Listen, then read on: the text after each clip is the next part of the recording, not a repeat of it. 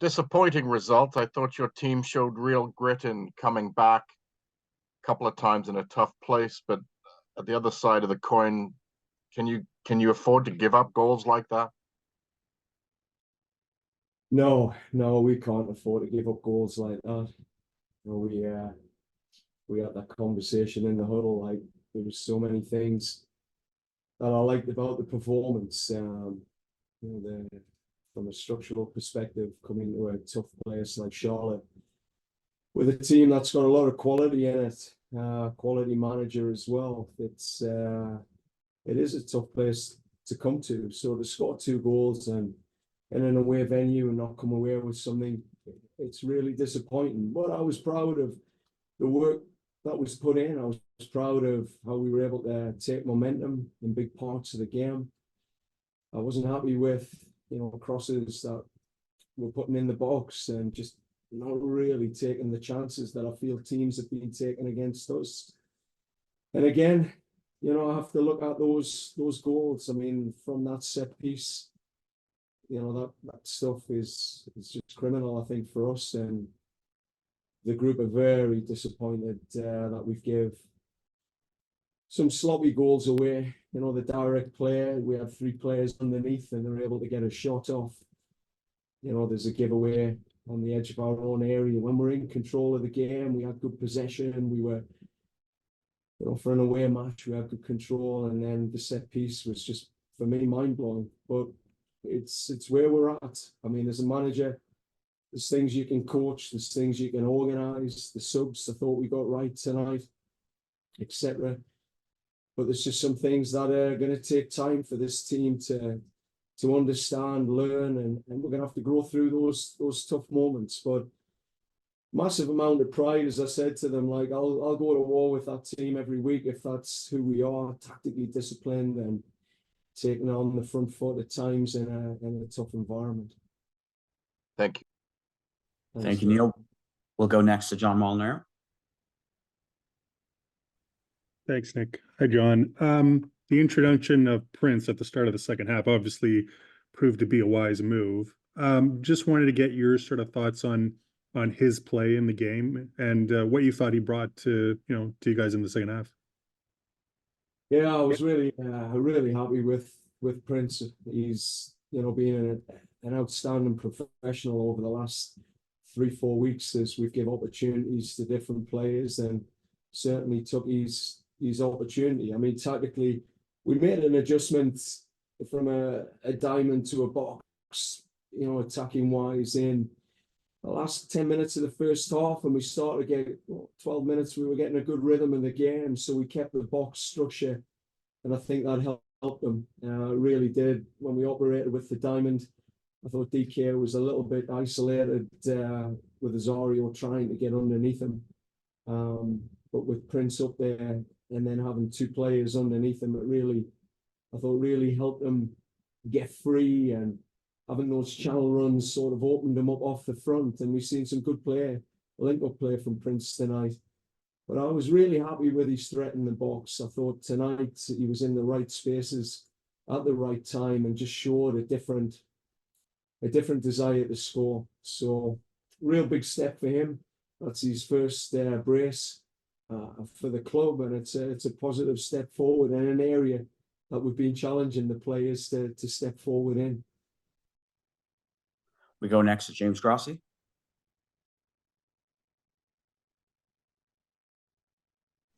Thanks, Nick. Hey, John. Hey, James. Aside from a couple of early looks for Charlotte, I thought that first half hour looked a lot more like the start of the season for you guys. Was that what you wanted tonight, to see that back to basics element? Yes, James. You hit the nail on the head. That's why I'm so upset with the goals that we gave away. I thought we were so unprofessional, at least in one of the goals, but we were so professional in other areas on an away performance. Again, we grew into the game, which you have to in away matches. The discipline, the tactical tightness. We talked about that in the press conference prior, just how important it was to keep a tight team and then pick our moments to attack until the game starts to open up. And we knew Charlotte would open up. They're a front to back team. And if we gave gave them a lot of possession, things would open up. But at the end, we sort of controlled the possession. We had a higher percentage there, and almost twice the XG that they had. We equaled their shots and outcrossed them, etc. We're in a tough away environment. So, I mean, that was what I said right at the end. I said, lads, this is the sort of TFC performances we've been asking for. We're back to who we should be, but those moments, we have to clean them up. We have to clean them moments up. We'll go next to Neil Davis. John, the last thing you need is to lose another centre back, long suspended now. Yeah. Did you see that first yellow he got? He seemed upset that a foul wasn't called on Charlotte. Was it for dissent, kicking the ball away? Was it a yellow? I mean, I think there was a lot that was getting away tonight. I mean, I had a chat with the fourth official just before,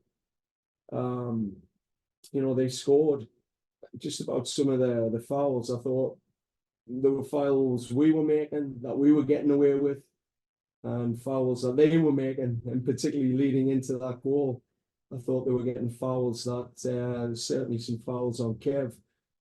So all in all, I think when referees are consistent, that's all you can ask for. If they're consistent for both teams, then it is what it is. I've just got to accept it. And I know I can't control that. No matter how many times you'll speak to the fourth official, you just can't control it. So, I thought the referee was consistent tonight for both teams. I have to say that. And the yellow card, I mean, I'll have a look at it. In losing centre backs, I mean, I think DK, might be carrying something as well. So it's just next man up again. Here we go again. And, I think we're enjoying bringing this together with the group. There's some adversity there and pushing the group through adversity. We get home next week. We get a chance to really regroup in front of our fans and hopefully carry on elements of that performance in to our next match. And just to follow up, if I may, was taking Kerr off at halftime, was that tactical, or was it because he went down? He seemed to be favoring something. Yeah, a bit of both. So, the player was carrying something there, and it's just whether you want to push that. And I think, again, just shifts into some of the tactical framework from an attacking perspective. I know Prince has had a lot more experience playing in that box for TFC when we go genuinely 3-4-3. So, yeah, it was a bit of both there. Thank you. We'll go back to John next. Thanks, Nick. John, in the last 3 games that you've lost, it's been you guys that have conceded first. And of course, you ended up losing the game. It's going back, you have to go back 2 years before the last time this team conceded the first goal and won in an MLS game. So I know you haven't been here, all that long, but can you just speak to why this team seems to have trouble playing from behind after conceding that first goal? Yeah, I think last week was definitely a different story, and then ultimately KC. I think 2 things that fall into mind here, John. I think what I enjoyed tonight was the response. I thought the response was brilliant. This is a tough place to come and get goals, as you've seen from Columbus and Cincinnati, who found it difficult here. So to score 2, I was really proud with the lads coming in. But at the same time, what you learn is once you go behind in games, you do have to commit. You have to invest. And when you're investing, you are going to leave yourself open. But that wasn't the story tonight. That really wasn't the story. The story last week was exactly that. We were too eager and didn't manage those chaos moments, which I spoke to, trying to get a goal back and just being more patient. Tonight, when I said it off time, lads, 1-0 down, you're at Charlotte. You're in the game. You really are in the game. Tactically, how does it feel? We feel good. Okay, you're right where you need to be. You can come back. And I genuinely believe that, we would get good opportunities in this game and take them. So I think tonight felt different, John, I think the comeback was there. And yes, we lost the game, but I think we lost it in just really disappointing circumstances. It's been 3 weeks, two particularly, of self-destruct moments. And I've got to work with this group to eliminate them, because it's I mean, it's soul destroying, isn't it, for the players when they put that work in, and it's just stupid errors, you know, like the set piece. It was just, oh my goodness, how on earth did we not have a player go and press that, you know? And that's the stuff. If that's what we've got to clean up, we'll work towards it. And we'll go back to James for our final question here. Thanks again, Nick. John, this might just be a bit of a statistical anomaly, but I think in the last 3 matches, you guys have outperformed the opponent in terms of XG, but they've radically exceeded theirs in goals. What is that telling you? What do you take from that? I mean, our boys are giving it everything. They are actually giving it everything, and you know, there's elements of the performances we can really take positives from and sell that.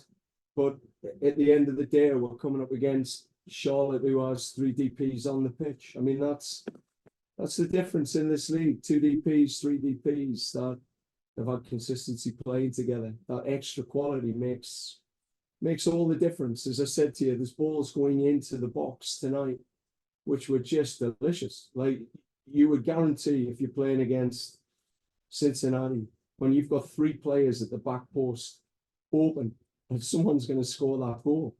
And for us, we're working at it. We have to work at it. And you know, I think all the players are willing to keep committing. They know where we're at, and we've just got to keep finding our ways. And they did tonight. They found 2 goals, and one for me was a really good team goal. And we actually have one last question with John here. Thanks, John.